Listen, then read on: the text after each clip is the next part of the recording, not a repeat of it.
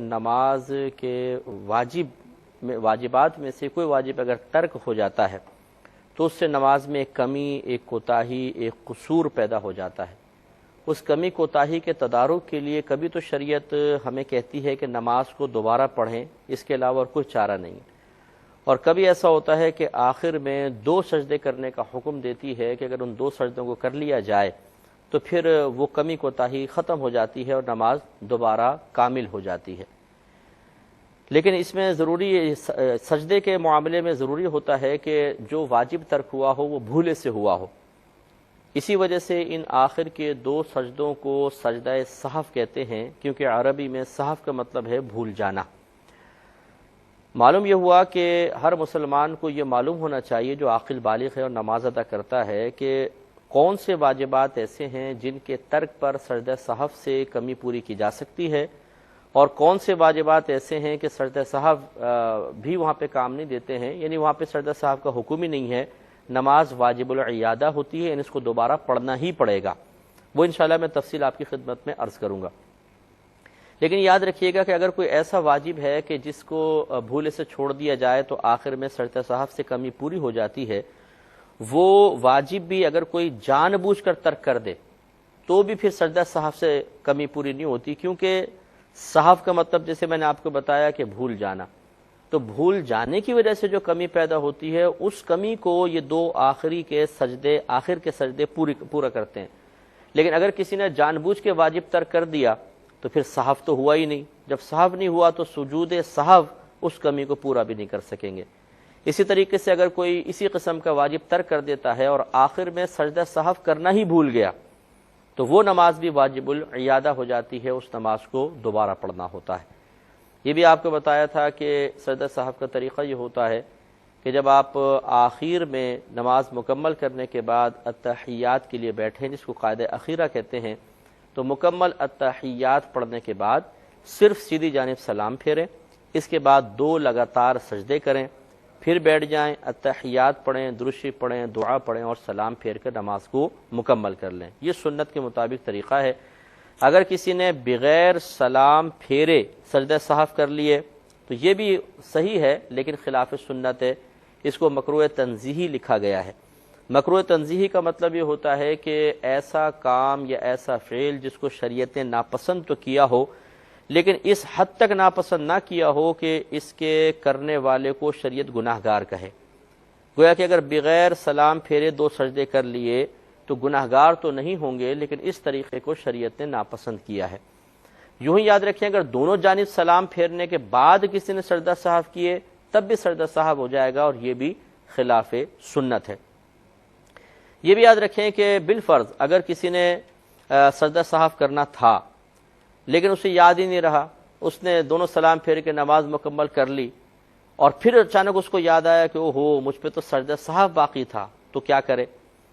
اس میں دیکھا یہ جائے گا کہ اگر کہ نماز ختم کرنے کے بعد کیا کوئی ایسا کام سرزد ہوا ہے، ایسا کوئی فعل سرزد ہوا ہے کہ جو نماز کے بالکل خلاف ہو۔ مثال کے طور پر آپ کوئی دنیاوی گفتگو کر لینا، اٹھ کے چل پڑنا، کھا لینا، پی لینا، اگر اس قسم کا کوئی کام کر چکے ہیں سلام کے بعد تو پھر گویا کہ اب سجدہ سہو اس نماز کے اندر نہیں کر سکتے ہیں، اب یہ نماز واجب العیادہ ہی ہوگی۔ لیکن اگر کسی نے سلام پھیرا اور بالفرض وہ درود شریف وغیرہ پڑھ رہے ہیں، ذکر الہی کر رہے ہیں یا آیت الکرسی جیسے پڑھتے ہیں اور یاد آ گیا تو یہ کوئی دنیاوی بات نہیں ہے، کھانا نہیں ہے، پینا نہیں ہے، کوئی چلنا پھرنا نہیں ہے، لہٰذا اگر فوراً وہی سیدھی طرف سلام پھیر کر اور 2 سجدے کریں اور دوبارہ سجدہ سہو التحیات وغیرہ پڑھ لیں تو یہ سجدہ سہو کافی ہو سکتے ہیں۔ لہٰذا اگر کوئی خدا نہ خواستہ دونوں طرف سلام پھیر کر نماز سے بالکل لیا فارغ ہو گیا اور سجدہ سہو اس کو یاد نہ رہا تو پھر پہلے وہ غور کر لے کہ کیا نماز کے منافی یا نماز کے خلاف کوئی فعل تو سرزد نہیں ہوا، اگر ہوا ہے تو پھر تو نماز دوبارہ ہی پڑھنی ہوگی، اگر نہیں ہوا تو اسی کے ساتھ سجدہ سہو کر لیں، کافی ہو سکتے ہیں۔ یہ بھی ایک مسئلہ یاد رکھیں کہ اگر نماز کا وقت انتہائی تنگ ہو تو سجدہ سہو ساقط ہو جاتا ہے۔ مثال کے طور پہ کوئی فجر کے آخری ٹائم میں اٹھا ہے، 3-4 منٹ باقی ہیں، جلدی سے وضو کیا، نماز پڑھنا شروع کی اور اس میں کوئی واجب ترک ہو گیا۔ اب آخر میں سجدہ سہو کرنا ہے، لیکن اس شخص کو یقین ہے کہ اگر میں سجدہ سہو میں مشغول ہوا تو فجر کا وقت ہی نکل جائے گا،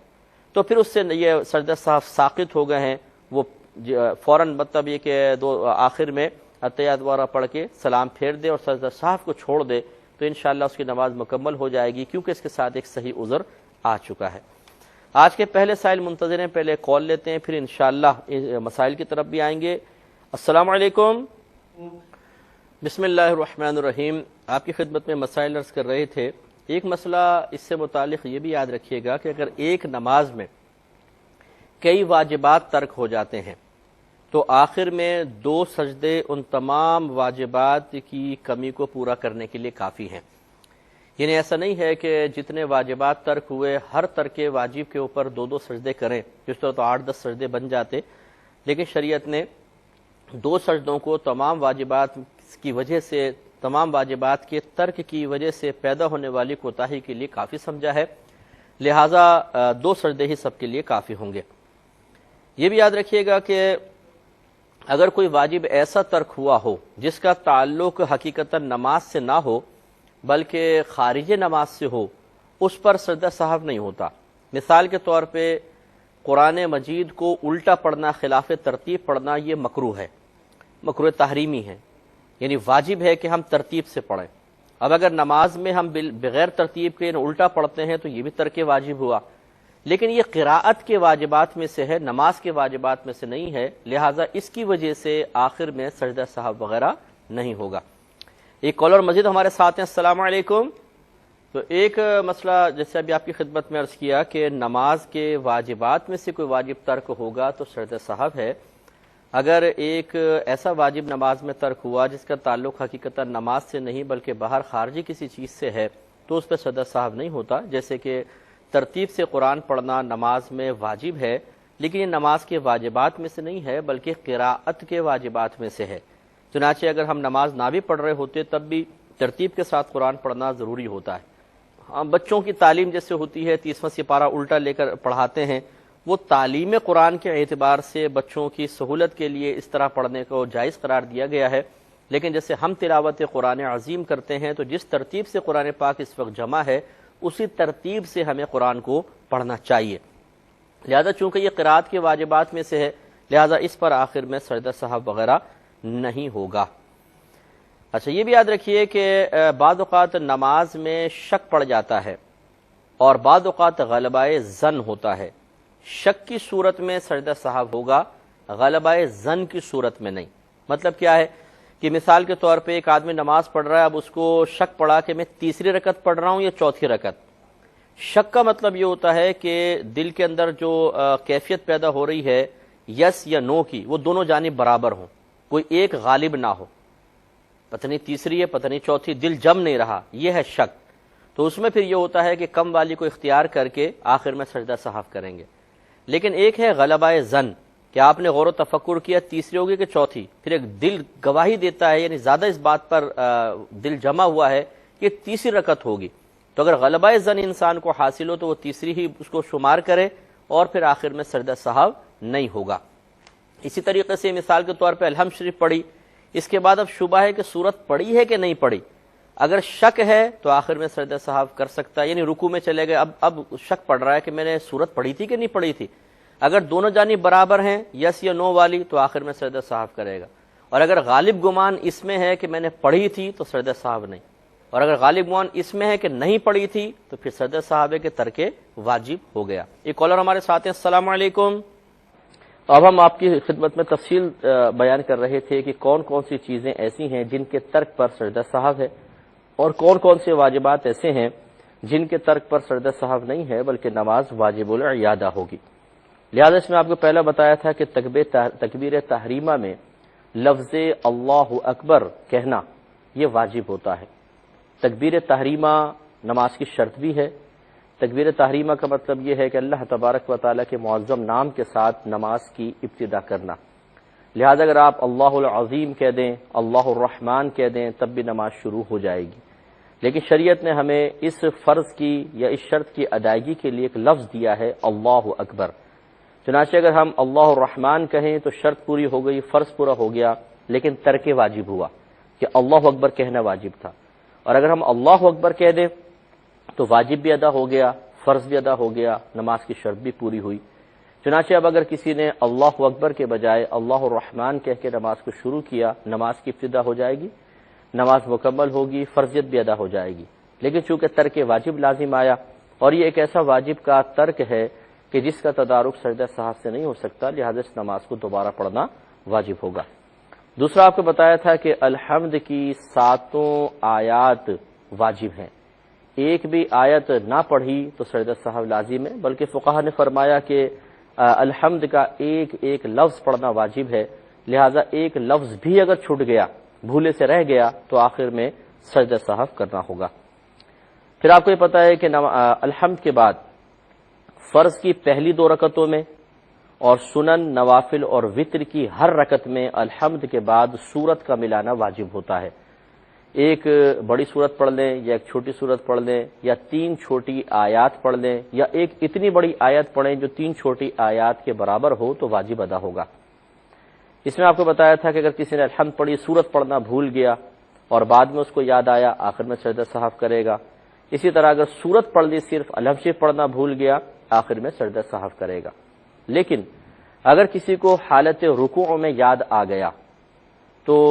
پہلے دیکھیں گے کیا چیز چھٹی ہے۔ اگر الحمد پڑھنا بھول گیا تھا، صرف سورت پڑھ کے رکوع کی ہے، تو یہ کھڑا ہوگا، اب ترتیب بنائے گا، پہلے الحمد پڑھے گا، پھر سورت پڑھے گا، پھر دوبارہ رکوع کرے گا اور آخر میں سجدہ سہو کرے گا۔ اور یہ 2 رکوع نہیں کہلائیں گے، یہ ایک رکوع کہلائے گا، کیونکہ جب یہ سورت ادا کرنے یا الحمد شریف پڑھنے کے لیے رکوع سے کھڑا ہوگا تو یہ والا رکوع باطل ہو جائے گا، پھر جب دوبارہ رکوع کرے گا تو یہ ایک ہی رکوع ہے۔ اور اگر بالفرض الحمد پڑھ لی تھی، سورت بھول گیا اور حالت رکوع میں یاد آئی، تو اب کھڑے ہو کے پہلے سورت پڑھے گا، پھر وہ آخر میں سجدہ سہو کر لے گا۔ لیکن اگر اس کو حالت رکوع میں یاد آئی اور پھر اس نے الحمد پڑھنے کے لیے یا سورت پڑھنے کے لیے نہیں کھڑا ہوا اور آخر میں سجدہ سہو کر لیا، تو بعض نے کہا یہ صرف گنہگار ہوگا، اس کو توبہ کرنی چاہیے، اور بعض نے کہا کہ یہ بھی اس پہ واجب تھا کہ یہ کھڑا ہو کے الحمد پڑھتا، یہ سورت ملاتا، دوبارہ رکوع کرتا، اور اس ترک واجب پہ سجدہ سہو نہیں ہے، لہٰذا یہ نماز واجب العیادہ ہوگی۔ تو دونوں قول ہیں، تو بہتر ہے کہ نماز کو لوٹایا جائے۔ اور اگر وہ حالت رکوع سے کھڑا ہو گیا ہے، پھر اس کو یاد آیا، چاہے وہ قوما میں، جس سے ہم رکوع سے سیدھا کھڑے ہوتے ہیں اس کو قوما کہتے ہیں، قوما میں یاد آیا کہ الحمد رہ گئی تھی یا سورت رہ گئی تھی، تو اب یہ نہیں کر سکتا کہ وہ فوراً ہاتھ باندھ کے پہلے پڑھے، پھر رکوع کرے، پھر آخر میں سجدہ سہو کرے۔ اب وہ ترک ہو گیا ہے، اب آخر میں یہ سجدہ سہو کر لے گا تو یہی کافی ہے۔ اس کے بعد ایک مزید ہے کہ الحمد کا سورت سے پہلے ہونا، یہ بھی واجب ہے۔ یعنی اگر کسی نے ایسا کیا کہ پہلے سورت پڑھ لی، پھر اس کے بعد الحمد شریف پڑھی، تو یاد رکھیں ترتیب کا تبدیل کرنا بھی ترک واجب ہے، اور ایسا ترک واجب ہے کہ جس کا تدارک سجدہ سہو سے ہوگا۔ اور یہ ہم پہلے آپ کو بتا چکے ہیں کہ واجب جان بوجھ کے ترک کریں تو پھر سجدہ سہو سے کمی پوری نہیں ہو سکتی، اب تو نماز ہی واجب العیادہ ہے۔ لیکن اگر بھولے سے ایسا ہو گیا کہ پہلے سورت پڑھ لی، پھر یاد آیا ارے الحمد تو پڑھی نہیں، تو پھر اس نے اس کے بعد الحمد شریف پڑھ لی اور رکوع کیا، پھر تو آخر میں سجدہ سہو اس کو کرنا پڑے گا۔ تو گویا کہ اس میں ترتیب بھی واجب ہے کہ پہلے الحمد ہو پھر سورت پڑھی جائے، اور اگر کسی نے الٹا کر دیا تو ترتیب کے تبدیل کرنے کی وجہ سے واجب ترک ہوا اور اس کا تدارک سجدہ سہو سے ہوگا۔ اسی طریقے سے ہر رکعت میں سورت سے پہلے ایک ہی بار الحمد شریف کا پڑھنا یہ بھی ضروری ہے، یعنی یہ بھی واجب ہے۔ اگر کسی نے 2 دفعہ الحمد پڑھ دی، پھر سورت پڑھی اور رکوع وغیرہ کیا، تو آخر میں ترک واجب کی وجہ سے سجدہ سہو کرے گا۔ لیکن ایک بات یاد رکھیں کہ اگر کسی نے الحمد پڑھی، اس کے بعد سورت پڑھی اور پھر الحمد پڑھ ڈالی، تو اس میں فقہا نے لکھا ہے کہ اب یہ الحمد کے درمیان میں چونکہ سورت آ گئی تو الحمد اور سورت کے درمیان یہ تکرار، اس میں کوئی اور چیز نہیں ہے، تو اب بعد میں اس الحمد کا پڑھنا یہ تکرار سجدہ سہو کا سبب نہیں بنے گی۔ ایسے یاد رکھیں کہ فرض کی 3 اور 4 رکعت میں الحمد کا پڑھنا فقط مستحب ہے، کوئی فرض یا واجب نہیں ہے۔ لہذا یہ صحابہ کرام سے بھی ثابت ہے، تابعین سے ثابت ہے کہ چونکہ نبی کریم صلی اللہ علیہ وسلم کی فرض کی 3 اور 4 کے بارے میں کوئی خاص صورت پڑھنے کی تلقین نہیں ہے، تو اس لیے اس میں آپ الحمد شریف پڑھ لیں تب بھی ٹھیک ہے۔ الحمد نہ پڑھیں بلکہ 3 بار سبحان اللہ سبحان اللہ سبحان اللہ کہہ لیں، سیدہ عائشہ صدیقہ رضی اللہ تعالی عنہا سے ذکر الہی بھی منقول ہے تو پھر بھی صحیح ہے۔ اور اگر کوئی کچھ بھی نہ پڑھے تیسری چوتھی میں 3 بار سبحان اللہ کی مقدار خاموش کھڑا رہے اور پھر رکوع اور سجود کر لے تب بھی کافی ہے، لیکن الحمد کا پڑھنا مستحب افضل ہے، جیسے کہ اکثر ہم پڑھتے ہی ہیں تو الحمد پڑھنی ہی چاہیے۔ لیکن اگر کوئی تیسری اور چوتھی میں الحمد کا تکرار کر دے تو اس میں کوئی حرج نہیں ہے، کیونکہ پڑھنا مستحب تھا، ڈبل پڑھ دیا کوئی بات نہیں، اس پر سردر صاحب نہیں ہوگا۔ ایک مختصر سا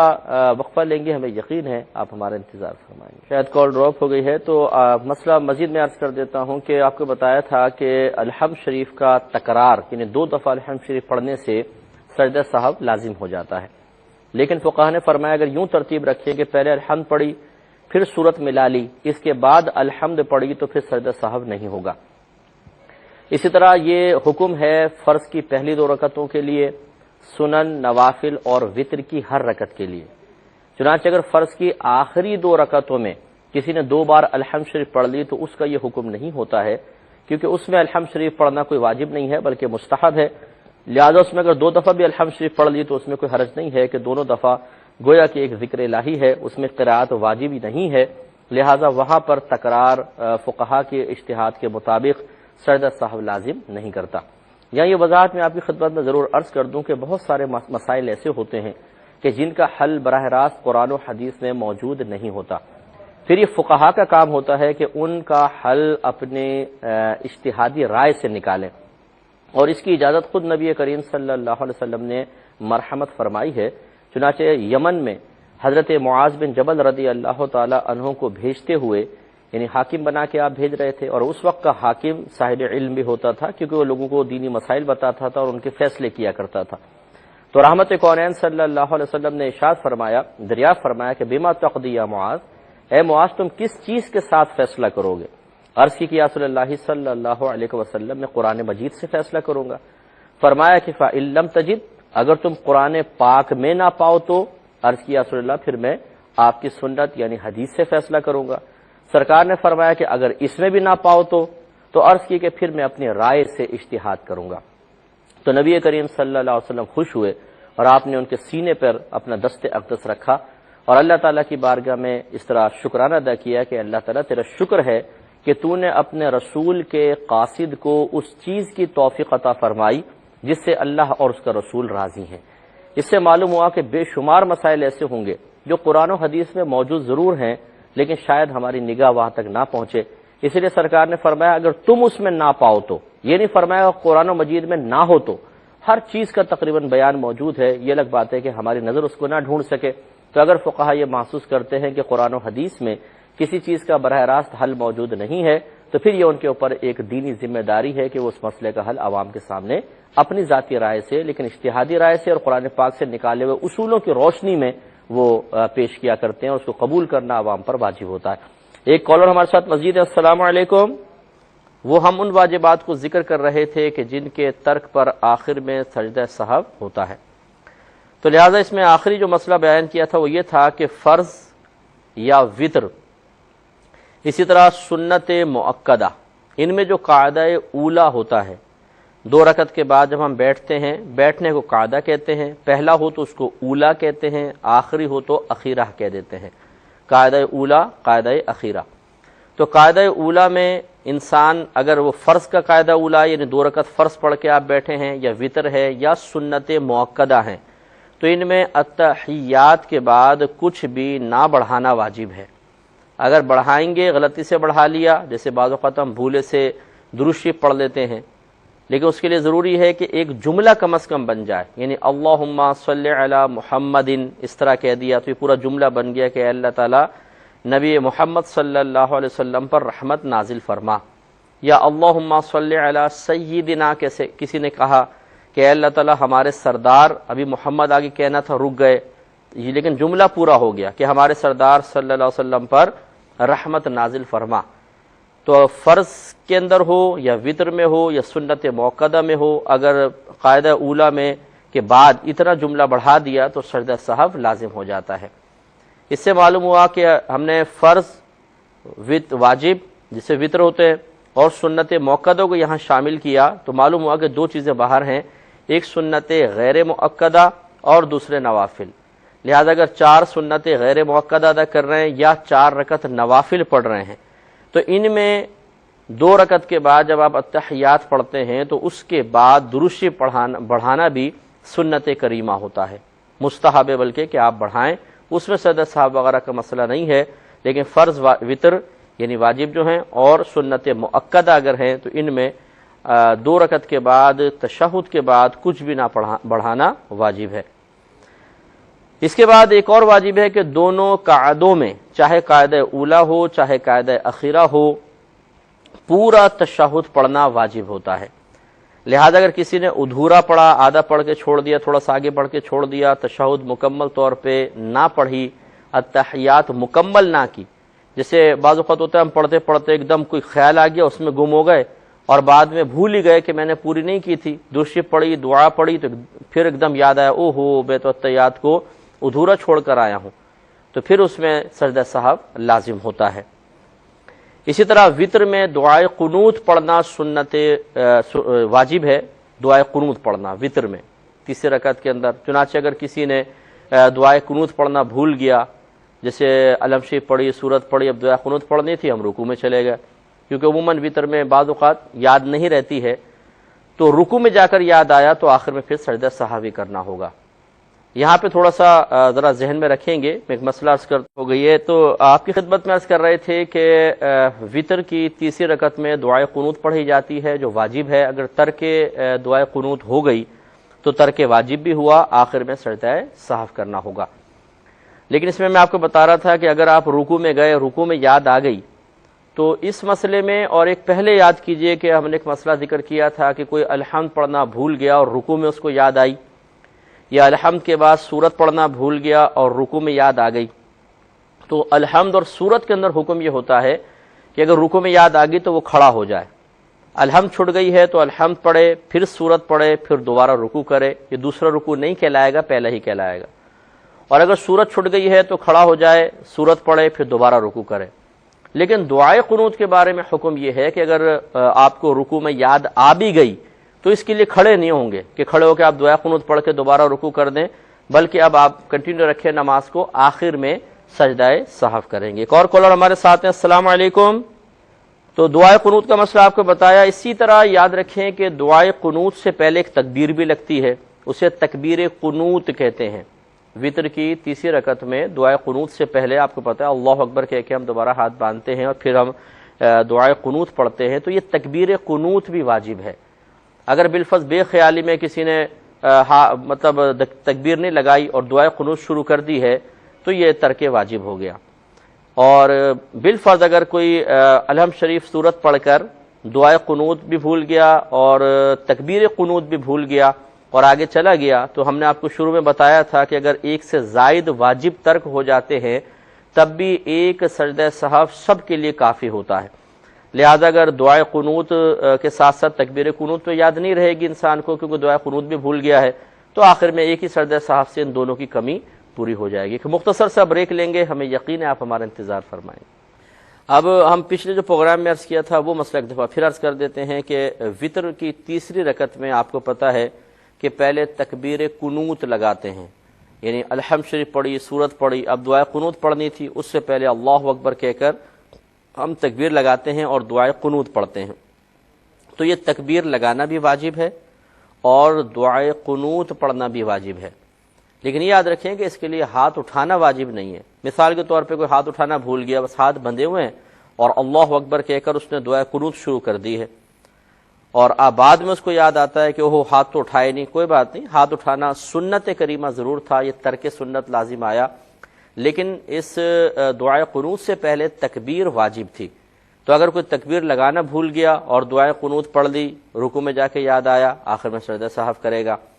یا پھر دعائے قنوت بھی بھول گیا اور تکبیر قنوت بھی بھول گیا، جس سے بعض اوقات ہو جاتا ہے کہ الحمد پڑھی، سورت پڑھی، ڈائریکٹ رکوع میں چلے گئے، تو آپ کو بتایا تھا کہ رکوع میں اگر یہ یاد آ بھی گیا کہ میں دعائے قنوت پڑھنا بھول گیا ہوں تو آپ کو واپس نہیں لوٹنا ہے، اب آخر میں آپ سجدہ سہو کر لیں تو انشاءاللہ اس کا تدارک ہو جائے گا۔ آگے بڑھتے ہیں کہ یاد رکھیں کہ عیدین کی 6 زائد تکبیریں واجب ہیں۔ پہلی رکعت میں 3 ہوتی ہیں، دوسری رکعت میں 3 ہوتی ہیں، یہ 6 کی 6 تکبیریں واجب ہیں، ایک بھی تکبیر اگر بھولے سے رہ گئی تو آخر میں سجدہ سہو کرنا ہوگا۔ اور یہ بھی یاد رکھیں کہ اگر ان تکبیرات کو ان کے محل سے ہٹا دیا، یعنی جہاں پر تکبیر کہنے کا حکم تھا اس کے علاوہ کسی اور رکن میں جا کے تکبیرات کہیں، تب بھی آخر میں سجدہ سہو ہوگا۔ مثال کے طور پہ جب آپ عید کی نماز کا آغاز کرتے ہیں، پہلے آپ پہلی تکبیر لگاتے ہیں، ہاتھ باندھی اور ثنا پڑھی ہے، ثنا پڑھنے کے بعد پھر الحمد شریف اور سورت پڑھنے سے پہلے 3 تکبیریں لگاتار ہوتی ہیں جو زائد تکبیریں کہلاتی ہیں، گویا کہ حالت قیام میں، پہلی رکعت میں حالت قیام میں اور قراءت سے پہلے 3 تکبیریں لگتی ہیں زائد۔ اس کے بعد جب آپ دوسری رکعت میں کھڑے ہوتے ہیں تو پہلے قراءت ہوتی ہے اور رکوع میں جانے سے پہلے پھر 3 تکبیریں ہوتی ہیں، یعنی الحمد شریف پڑھتے ہیں، سورت پڑھتے ہیں، پھر 3 لگاتار تکبیریں جو زائد تھیں وہ لگائیں اور اس کے بعد پھر رکوع کی تکبیر لگائی۔ تو اب اگر یہ تکبیرات اپنی جگہ سے ہٹا دی جائیں، مثال کے طور پہ جیسے فقہا نے فرمایا کہ اگر کوئی عید کی نماز میں دیر سے آیا اور پہلی رکعت میں مثال کے طور پہ وہ امام کو رکوع میں پاتا ہے، تو فقہا لکھتے ہیں کہ وہ رکوع میں چلا جائے اور وہ جو 3 زائد تکبیریں اس کی چھٹ گئی تھیں وہ رکوع کے اندر کہہ لے، تینوں تکبیریں رکوع میں کہہ لے، اور پھر چونکہ اب وہ محل تو تھا قیام اور اس نے آ کے رکوع میں تکبیرات کہیں تو محل یعنی جگہ تبدیل ہو گئی، تو اب آخر میں سجدہ سہو کرے گا۔ اسی طرح عیدین میں دوسری رکعت کی تکبیر رکوع بھی واجب ہے اور اس کے لیے لفظ اللہ اکبر بھی واجب ہے، یعنی دوسری عید کی دوسری رکعت جب ہم پڑھتے ہیں تو میں نے بھی آپ کو بتایا کہ پہلے الحمد شریف ہے، پھر سورت ملائی، اس کے بعد 3 لگاتار تکبیریں ہوتی ہیں جن میں کانوں تک ہاتھ اٹھا کے چھوڑ دیتے ہیں، اس کے بعد چوتھی تکبیر لگاتے ہیں، اس میں ہاتھ نہیں اٹھاتے کیونکہ وہ تکبیر رکوع ہے، اور پھر رکوع میں چلے جاتے ہیں۔ یہ جو چوتھی تکبیر ہے، جو تکبیر رکوع ہے، اس میں ایک تو یہ کہ لفظ اللہ اکبر کہنا ہوگا اور دوسرا یہ تکبیر واجب بھی ہے۔ عام نمازوں کے اندر یہ تکبیر جو رکوع میں جانے کے لیے لگائی جاتی ہے، یہ ہم آپ کو بتا چکے ہیں کہ سنت کریمہ ہے، لیکن عید کی دوسری رکعت میں تکبیر رکوع واجب ہے، لہذا اگر خدا نخواستہ کوئی تکبیر لگانا بھول گیا تو آخر میں سجدہ سہو ہوگا۔ یہ بھی یاد رکھیں کہ ہر جہری نماز میں امام کو جہر سے قراءت کرنا اور سری نماز میں آہستہ قراءت کرنا واجب ہے، جیسے فجر ہے، مغرب، عشاء، جمعے کی نماز، ان میں جہر سے قراءت امام پر واجب ہے، اور ظہر و عصر جب پڑھتے ہیں تو اس میں سری نماز ہیں، یعنی قراءت آہستہ کرنی ہوتی ہے، بس اتنے آواز سے کہ اپنے کان تک آواز پہنچ جائے، بلند آواز سے قراءت منع ہوتی ہے۔ اگر اب یوں کیا کہ جہری نماز میں امام نے سری قراءت کر دی یا سری نماز تھی اس میں جہر سے قراءت کر دی، تو اس کی مقدار فقہا نے لکھی ہے کہ اگر ایک آیت پوری پڑھ ڈالی جہری نماز میں آہستہ پھر یاد آئی، یا آہستہ نماز میں جہر کے ساتھ ایک آیت کم از کم پڑھ دی ہے، تو آخر میں سجدہ سہو لازم ہوگا۔ یہ بھی یاد رکھیں کہ جب ایک شخص، یہ تو امام کا مسئلہ تھا، اکیلا کوئی نماز پڑھ رہا ہو تو پہلے اس کے نفس مسئلہ سمجھ لیں، پھر ہم اس واجب کی طرف آتے ہیں کہ اگر کوئی شخص اکیلا نماز پڑھ رہا ہے، مثلا گھر کے اندر فجر ہے، مغرب ہے، عشاء ہے، اس میں اس کو اختیار ہے کہ جہر سے قراءت کرے چاہے آہستہ قراءت کرے۔ ویسے تو یہ جہری نمازیں ہیں تینوں، لیکن یہ امام اگر ہوتے تو اس پہ جہر کرنا واجب تھا، منفرد کے لیے حکم تھوڑا سا بدل جاتا ہے، اس کو اختیار دے دیا جاتا ہے، چاہے تو تھوڑی سی بلند آواز سے قراءت کرے فجر میں، مغرب، عشاء میں، اور چاہے تو سری نماز پڑھے یعنی آہستہ قراءت کر لے، یہ اس کو اختیار ہے دونوں چیزوں کا۔ لیکن جو سری نماز ہے اس میں اس کو سر کر رکھنا واجب ہے، اس میں اگر جہر کرے گا تو سجدہ سہو لازم ہوگا۔ لہذا مسئلہ یہ ہے کہ منفرد نے سری نماز میں ایک آیت کو جہر سے پڑھ دیا تو سجدہ سہو لازم ہے۔ اس سے ہمارے وہ بھائی اور بہنیں ذرا درس حاصل کریں جو کبھی گھر میں ہوتے ہیں، ظہر یا عصر کی نماز پڑھ رہے ہیں، اکیلے کمرے میں ہیں، تو کبھی ذوق بڑھانے کے لیے سوچتے ہیں تھوڑا سا بلند آواز سے پڑھ لیتے ہیں، کون سا یہاں پر کوئی ہے، اور ظہر کی نماز میں بلند آواز سے قراءت کر دی، عصر کی نماز میں بلند آواز سے قراءت کر دی، تو اگر تو بھولے سے کی ہے اور ایک آیت کے برابر کم از کم کر دی ہے، آخر میں سجدہ سہو سے تدارک ہو جائے گا۔ لیکن بھولے سے نہیں کی بلکہ جان بوجھ کے کی ہے کہ چلو یار تھوڑا بلند آواز سے پڑھتے ہیں مزہ آئے گا، تو آپ سمجھ جائیں کہ اس میں تو گناہ گار بھی ہوئے، اور پھر اس نماز کو دوبارہ پڑھنا واجب ہے، کیونکہ یہاں تو سجدہ سہو سے تدارک نہیں ہو سکتا تھا۔ سجدہ سہو وہاں ہوتا ہے جہاں واجب کو بھولے سے انسان چھوڑ دے، یہاں جان بوجھ کے چھوڑا گیا ہے، لہذا سجدہ سہو لازم ہوگا۔ ایک قاعدہ یہ بھی ہے کہ ہر واجب و فرض کا اس کی جگہ پر ہونا یہ واجب ہے، اگر جگہ بدل دی تو سجدہ سہو لازم ہو جائے گا۔ مثال کے طور پر ایک شخص نے علم شریف پڑھی، سورت پڑھی، رکوع کرنا بھول گیا، ڈائریکٹ سجدے میں چلا گیا، 2 سجدے کیے تو یاد آیا او ہو یہ تو میں نے رکوع بھول گیا تھا، اب وہ کھڑا ہوا، رکوع کیا اور پھر سجدوں میں چلا گیا۔ تو یہ جو رکوع تھا یہ سجدوں کے بعد اس نے گویا کہ کیا، محل بدل گیا، جگہ بدل گئی، ترتیب بدل گئی، تو آخر میں سجدہ سہو کرے گا۔ کرنا یہی تھا کہ اس کو کھڑے ہو کے رکوع بھرل کرنا تھا، ورنہ یہ رکعت ہی نکل جاتی، تو اس کو اٹھنا ہی تھا اور رکوع کرنا تھا، پھر دوبارہ سجدے کرتا، لیکن آخر میں سجدہ سہو ہوگا۔ رکوع کو ہر رکعت میں 1 بار اور سجود کو 2 ہی بار کرنا، لہذا اگر کسی نے ایک دفعہ رکوع کیا، پھر سمع اللہ لمن حمیدہ کہا اور بھول گیا کہ میں رکوع کر چکا ہوں، کھڑا ہو کے سوچ رہا ہے میں رکوع میں گیا ہوں کہ نہیں گیا ہوں، پھر دوبارہ چلا گیا، پھر جب وہ آگے سجدے میں پہنچا تو یاد آیا او ہو 2 رکوع کر چکا ہوں، تو آخر میں پھر سجدہ سہو کرے گا۔